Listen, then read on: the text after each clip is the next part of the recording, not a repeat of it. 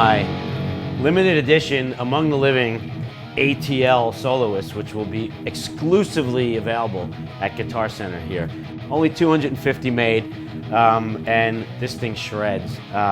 Seymour Duncan pickup, all the custom inlays, the ATL inlaid, the custom Thraxogram inlays all the way up the neck through, right? I mean, this is a weapon that I can go to work with. I started playing Jacksons in the 80s. I just felt like they felt the best. They sounded the best. They were the guitar that enabled me to have the tone I needed to play rhythm guitar in Anthrax. It's always truthfully been the guitar that's felt the best to me. Like even other guys in my band, people have told me I just look right with a Jackson in my hands. And most probably because it is truthfully, it's the guitar that I play on every Anthrax album. It's my sound. It's part of my sound. As much as my right hand is, the Jackson is that much of a part of my sound. I've always described my tone as like a punch in the chest. Like Bruce Lee used to have that thing called the 1-inch punch. Yeah, that's how I feel about my tone.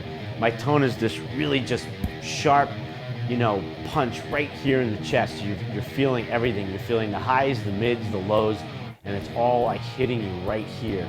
So I've got a ton of low end, but it's hitting you like this. It's not some big floppy, fat, stupid, gross, fat dude with a big gulp and a fanny pack low end.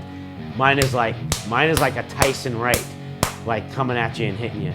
My inspirations initially to pick up a guitar were, it just looked like so much fun. I saw Pete Townsend on TV as a little kid, and I saw him windmilling, and I said to my dad, I want to do that. Like, that looks fucking cool. And my dad had an acoustic in the house, so I started playing, on his acoustic, and I started taking lessons, and blah, blah, blah. We went off from there. But that was my initial inspiration, was literally because Pete Townsend did a windmill, and it just looked cool. But then, after that, listening to everyone from, Pete Townsend to, all my earliest influences, like Tony Iommi and Angus and Malcolm and Ted Nugent and Rick Nielsen and Ace Frehley, Joe Perry, Jimmy Page. Everyone that Johnny Ramone, everyone that I grew up with in the 70s. All these guys had such great attitudes about themselves and about their playing. Every single one of those guys I just mentioned is not only an icon, but they just have their own sound. It's them when you hear them. And that to me was the most inspiring thing. Eddie Van Halen, of course, I wanted to be able to make my own sound on a guitar. That was the thing that interested me the most.